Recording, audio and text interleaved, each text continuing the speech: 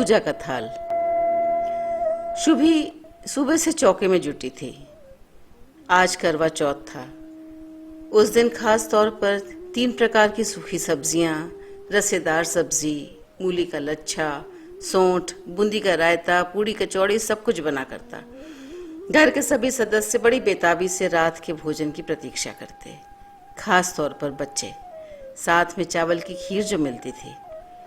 चौके से निबटते उसने देखा पूजा के लिए देर हो रही है। वो झट से तैयार होने पहुंच गई।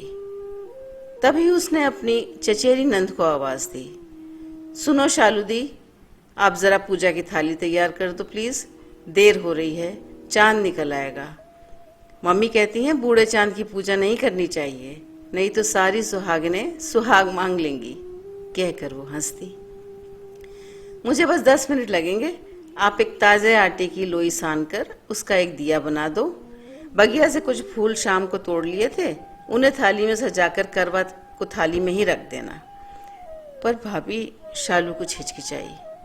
क्या हुआ दी, कर दो ना, देर न हो रही होती तो खुद ही कर लेती।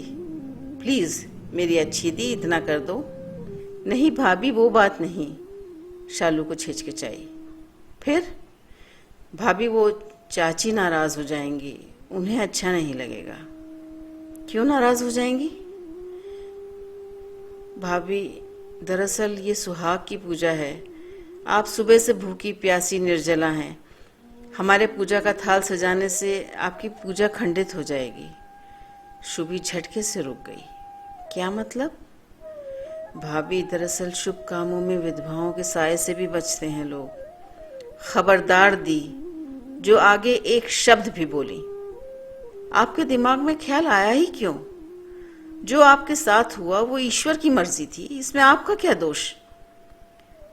मैं ये सब दकियानुसी बातों में विश्वास नहीं रखती। अब तो पूजा का थाल आप ही सजाएंगी। भाभी, मेरी बात मानिए, मैं नहीं चाहती मेरी वजह से घर में कलह हो। चाची बहुत नाराज हो जाएंगी। मैं उन्हें समझा दूंगी। आप पूजा की तैयारी कीजिए। उसकी सास जब तैयार होकर निकली तो देखा शालू थाली में सिंदूर और पूजा के फूल रख रही थी। ये क्या कर रही हो शालू? उन्होंने गुस्से से पूछा। जी चाची, वो भाभी ने पूजा की थाली तैयार करने को कहा था। उसने कहा और तुम चल दी, मना नहीं कर सकती थी? तभी शोर सुनकर शुभी कमरे से निकल कर आई। क्या बात है मम्मी, आप दी पर क्यों बिगड़ रही हैं? मैंने कहा था थाली तैयार करने को। पूजा का थाल तुम शालू से तैयार करवा रही हो। हाँ, क्यों, इसमें क्या बुराई है? तुम जानती हो ये सुहाग की पूजा है। हाँ, तो क्या हुआ? तुमने मेरा व्रत खंडित कर दिया। कैसी बातें करती हैं आप मम्मी? कोई भी पूजा, कोई भी व्रत किसी का दिल दुखाने की सीख नहीं देता।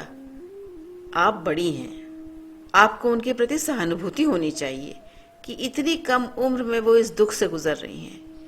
एक स्त्री होकर अगर हम एक स्त्री का दुख दर्द न समझ सके तो ऐसे व्रत पूजन से क्या लाभ? मम्मी, आप नारी शक्ति का इतने जोर शोर से समर्थन करती हैं, फिर ये सोच कहाँ फिट होती है? आपकी बातों से हम सबको प्रेरणा मिलती है और आप ऐसा कह रही हैं। माफ कीजिए मम्मी, पर आज आपकी सोच से मन बहुत आहत हुआ। उसकी सास बड़ी गंभीरता से शुभी की बात सुन रही थी। उन्होंने शालू की तरफ देखा। वो चुपचाप नजर नीची किए खड़ी थी। आंसू थे कि रुकने का नाम ही नहीं ले रहे थे। मुझे माफ कर दीजिए चाची जी, आगे से ये भूल नहीं होगी। शुभी की सास ने आगे बढ़कर उसे गले लगा लिया। नहीं शालू, माफी मुझे मांगनी चाहिए। ठीक ही तो कह रही है शुभी। पता नहीं क्या उलूल जुलूल कह दिया तुम्हें। सच में अपनी गलती का एहसास हो रहा है। चलो पूजा का थाल लेकर छत पर चलो। शुभी अपना लहंगा ही संभाल ले, बहुत बड़ी बात है। कहकर वो हंस दी। शालू ने झट पूजा का थाल उठाया, उसमें दोनों करवा रखे और छत पर चल दी।